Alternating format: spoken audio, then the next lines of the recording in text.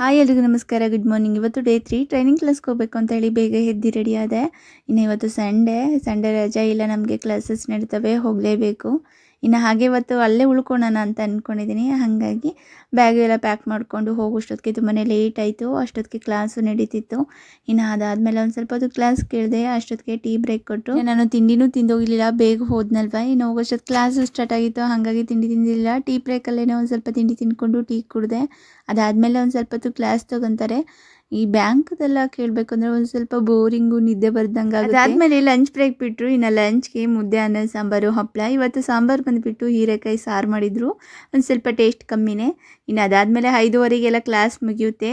Evening ಕಾಫಿನೂ ಕೊಡ್ತಾರೆ. ಇನ್ನು night ನೋಡಿ ಈ ಥರ ಇದೆ ಕ್ಲೈಮೇಟು. ಇನ್ನು ನೈಟ್ ಊಟಕ್ಕೆ ಬೀಟ್ರೂಟ್ ಪಲ್ಯ, ಚಪಾತಿ ಮಾಡಿದರು. ಸಿಂಪಲಾಗಿ ಚೆನ್ನಾಗಿತ್ತು. ಇವತ್ತಿನ ಡೇ ಈ ಥರ ಇತ್ತು. ನೆಕ್ಸ್ಟ್ ಏನಾಯಿತು ಅಂತೇಳಿ ಮುಂದಿನ ವಿಡಿಯೋದಲ್ಲಿ ಹೇಳ್ತೀನಿ. ಅಲ್ಲಿವರೆಗೂ ಬಾಯ್ ಬಾಯ್, ಲವ್ ಯು ಆಲ್.